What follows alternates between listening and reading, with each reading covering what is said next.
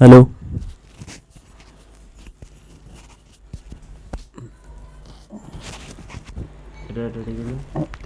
হ্যাঁ ঠিক আছে। লাইটস, ওকে, অ্যাকশন। হ্যাঁ, তো আপনি আপনার সম্বন্ধে কিছু বলুন। আমি কি ক্যামেরা দিকে তাকিয়ে। ও আমি কি বলবো বলুন, আসলে আমি তো জানি না। সিরিয়াল কিলার করে বলুন। আমি সিরিয়াল কিলার ঠিক নই, মানে মানে সিরিয়াল কিলার আমি মনে করি এটা একটা গালাগালি। আসলে আমার মানুষ মারার তো কোনো দরকার ছিল না, কিন্তু প্রয়োজনে আমাকে মানুষ মারতে হয়েছে, তাই জন্যে আমি সিরিয়াল কিলার।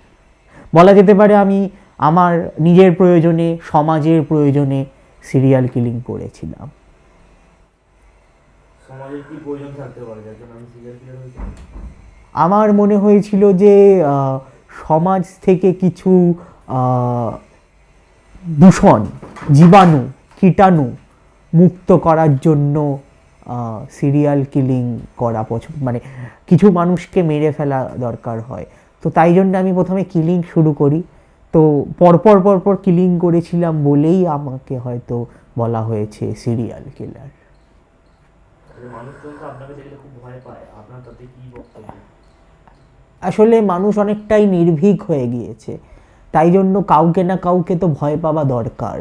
আমার মনে হয়েছে যে আমাকে মানুষ ভয় পাচ্ছে, সেটা দরকার। কারণ যদি মানুষ কাউকে না ভয় পায় তাহলে তো হবে না।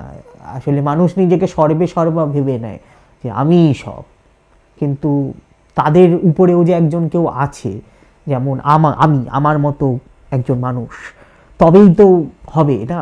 আমি নিজেকে সেই জল্লাদের সঙ্গে তুলনা করি। আজকাল তো মানুষ যমদূতকেও ভয় পায় না, আমি না হয় যমদূতই হলাম। একটু জুম করি। চাটা ভালো হয়েছে স্যার? চা মোটামুটি।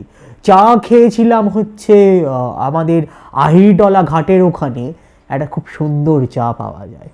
আজও মনে পড়ে, সেই কলেজ থেকে বেরিয়ে যেতাম আহিরডলা ঘাটে, আড্ডা মারতাম বন্ধুরা মিলে, তো মনে পড়ে। দর্শকের উদ্দেশ্যে কিছু বলবেন? দর্শকের উদ্দেশ্যে একটা কথাই বলতে চাই, যে হয়তো আমি এখন সিরিয়াল কিলিং করা বন্ধ করে দিয়েছি, তবে আবার শুরু করতে পারি। কারণ আজ থেকে মানে করোনার পর থেকে আমার বাজারটা ডাউন হয়ে গিয়েছে। তো করোনা চলে যাওয়ার পরে আমার এখনও 4 বছরের আমি বিশ্রাম নিয়েছি। তো এখন তো ডিসেম্বর মাস সামনে, 25শে ডিসেম্বর আসছে।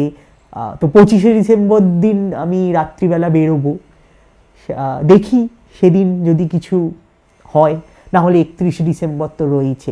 মোদ্দা কথা 2025 সালে জানুয়ারি মাস থেকে আমি আবার খবরের কাগজে আসবো, মানে খবরের কাগজে আবার আমাকে নিয়ে আর্টিকেলস বেরোবি যে সানগ্লাস কিলার ইজ ব্যাক। শেষে বলছি, সানগ্লাস কিলার তো একটা লাস্টে আপনারা তো সানগ্লাস দেখেছিলাম, তো সানগ্লাস দিয়ে দিয়ে যায়। এবার আপনার এই সানগ্লাসটা কি সেই পাবে যে এত আপনার ভাগ্যটা করেছে? মানে আপনি কি সানগ্লাস বলতে সানগ্লাস শর্ট ফিল্মটির কথা বলছিলেন, যেটা বোকাবাস্কো ইউটিউব চ্যানেলে রয়েছে, রূপনাইজ বলে একজন ডিরেক্টর ডিরেক্ট করেছিল? হ্যাঁ হ্যাঁ, আমি তার কথাই বলছি। আহ, ওটা আমার লাইফের উপর বেস্ট করে করা। আমি রূপনাইজকে এ নিয়ে অনেক কথা শুনিয়েছিলাম, যদিও আমার নামটা ব্যবহার করা হয়নি, তবে ঠিক আছে, ঠিক আছে, হ্যাঁ, হ্যাঁ, হ্যাঁ। এটা কি, ও thank you thank you thank you বাবা।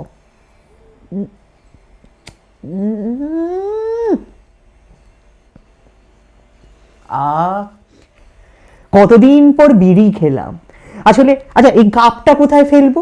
দিন দিন স্যার, দিন। ও থ্যাংক ভালো ইউ কাজ থ্যাংক করেছে ইউ, স্যার। হ্যাঁ হ্যাঁ হ্যাঁ, একদম এক ক্লাস বিড়ি আছে। বিড়ি খেয়েছিলাম 2018 সাল নাগাদ। তখন আমি প্রথম মানে ভালো বিড়ি খেয়েছিলাম গাজনের মেলাতে, ওই যে উদয়নারায়ণপুর চেনেন, উদয়নারায়ণপুরের গাজনের মেলাতে একটি বিড়ি খেয়েছিলাম। সেখানে আমি এক বৃদ্ধকে খুন করি। বৃদ্ধকে খুন করার পরে সেই বৃদ্ধর পকেটে একটি বিড়ি ছিল, মানে বিড়ির প্যাকেট ছিল, উদয় বিড়ি, উদয়নারায়ণপুরের বিখ্যাত বিড়ি উদয় বিড়ি। সেই বিড়িটি খেয়েছিলাম, সেই বিড়ির স্বাদ এখনো আমার ফুসফুসে লেগে আছে। হ্যাঁ, প্রশ্নটা বলুন। আর আপনি লাস্ট কবে জেলে গেছিলেন আর কবে ছাড়া পেলেন? আমি ওই 19 সালে জেলে গেছিলাম, তারপরে প্রমাণের অভাবে আমাকে ওই 20 সালের শুরুর দিকে ছেড়ে দিয়েছিল। তারপরে তো করোনা হয়ে গেল, করোনার পরে আর আমি বেরোতে পারি না, বেরিয়ে আর কি মানে করতে পারি, মানে খুনটা আর করা হচ্ছে না। মানে আমি খুন করতে চাই, কিন্তু করোনার পরে মানুষজন এতটা মানে রেস্ট্রিক্টেড হয়ে গেল যে খুন আর করা হলো না আমার। তারপরে আমি 4 বছর ধরে প্ল্যানিং করেছি, সামনেই আমি বেরোবো, খুব শিগগিরই আবার বেরোবো। ধন্যবাদ।